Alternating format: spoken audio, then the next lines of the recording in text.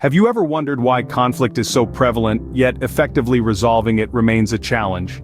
Well, let's dive into the intricacies of this fascinating and at times perplexing aspect of our lives.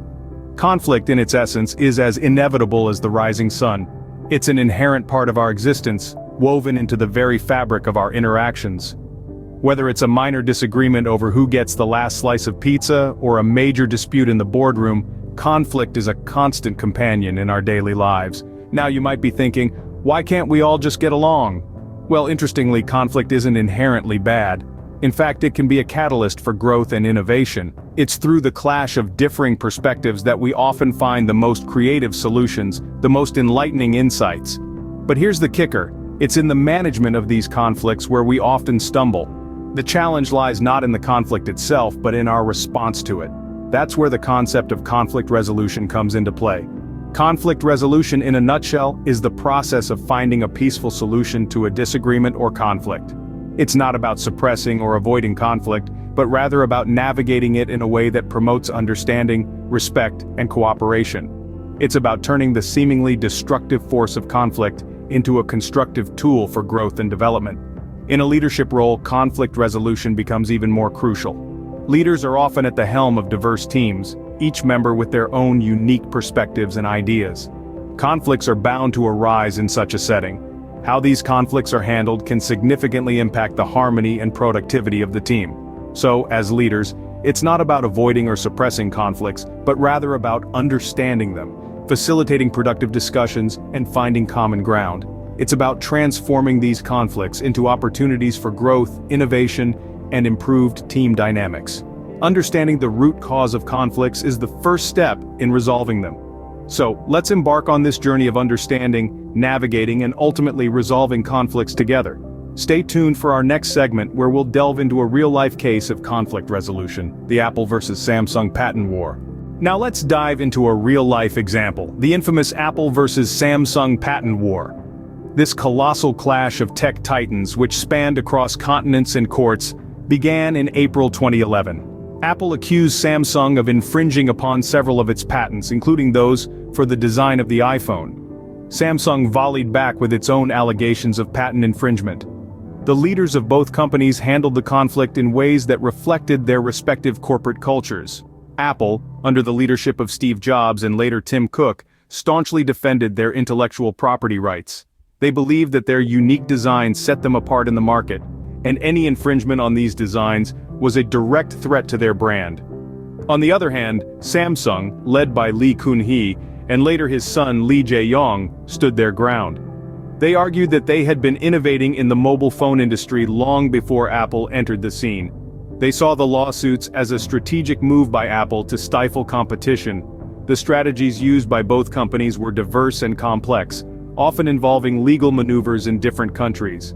Apple sought injunctions to ban the sale of certain Samsung products in various markets, while Samsung countered with patent lawsuits in Germany, Japan, and South Korea.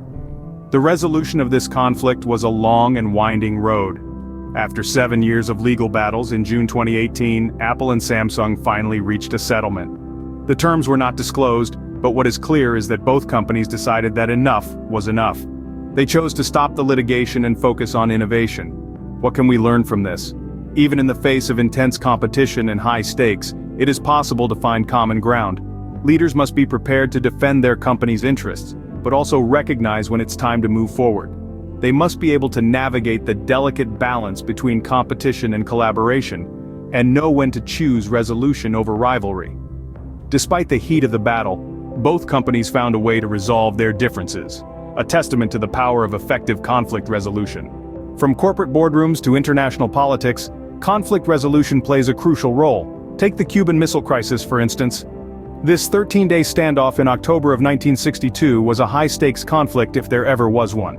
The United States and the Soviet Union were on the brink of nuclear war, with Cuba as the battleground. It was a tense time, a test of leadership, and a moment when the world held its collective breath. On one side we had President John F. Kennedy of the United States, a young leader facing an unimaginable decision. On the other side we had Premier Nikita Khrushchev of the Soviet Union, a seasoned political veteran with a reputation for playing hardball. The crisis began when American U-2 spy planes discovered Soviet nuclear missiles in Cuba. The United States felt threatened, with nuclear warheads just 90 miles off its coast. Kennedy had a range of options, from doing nothing to launching a full-scale invasion of Cuba. Meanwhile, Khrushchev was in a bind. He had placed the missiles in Cuba to deter a potential US invasion and to level the nuclear playing field. But he was also aware of the potential for a catastrophic war. Rather than escalating the situation, both leaders chose the path of negotiation and compromise. Kennedy set up a naval blockade around Cuba, a move that was forceful but not overtly aggressive. He also sent private messages to Khrushchev, offering assurances that the US would not invade Cuba if the missiles were removed. In response, Khrushchev agreed to remove the missiles, provided that the US would dismantle its missile bases in Turkey. Both leaders had to make concessions, and both had to trust that the other would keep their word. In the end, the crisis was resolved without a shot being fired. The Cuban Missile Crisis serves as a stark reminder of the power of negotiation, compromise, and effective leadership. It shows how leaders can navigate high-stakes conflicts, find common ground, and prevent disaster. The resolution of the Cuban Missile Crisis demonstrates how effective conflict resolution can prevent disaster and promote peaceful coexistence. So, what are the key strategies in conflict resolution that we can learn from these case studies? Well, let's dive in. One of the most crucial strategies is active listening. This isn't just about hearing words, it's about understanding the message behind them. Remember how during the Cuban Missile Crisis, Kennedy's team had to interpret Khrushchev's intentions from his letters? That's active listening in action. Next, let's talk about clear communication. It's not enough to just express our thoughts. We need to ensure they're understood. Take the Apple versus Samsung patent war. Misunderstandings could have been mitigated if both parties communicated their concerns and intentions clearly from the start. Now, on to empathy. It's about stepping into the other person's shoes. It's about understanding their perspective and feelings. Empathy could have potentially softened the impact of the Apple versus Samsung conflict if each party had taken the time to understand the other's viewpoint. Negotiation is another critical strategy. It's about finding a middle ground where both parties can agree. During the Cuban Missile Crisis, Kennedy and Khrushchev had to negotiate to avoid a potential nuclear disaster. They had to make concessions, which brings us to our next strategy: compromise. Compromise is about each party giving up something to reach a resolution. In the Apple versus Samsung case, a compromise might have been a shared patent agreement that could have benefited both companies. So there you have it: active listening, clear communication, empathy, negotiation, and compromise. These are not just strategies, they're skills that require practice. They're also not exclusive to resolving global crises or corporate wars.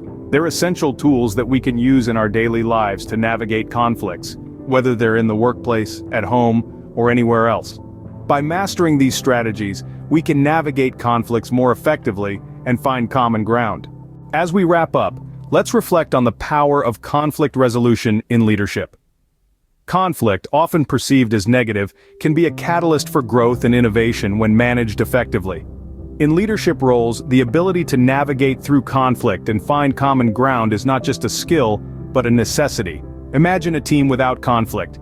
It might seem like an ideal scenario, a utopia of sorts, but in truth, it's a breeding ground for complacency and stagnation. Conflict, on the other hand, pushes boundaries, challenges norms, and encourages out-of-the-box thinking. It's the grit that produces the pearl. Leaders are the captains of their teams, navigating the waters of discord and disagreement.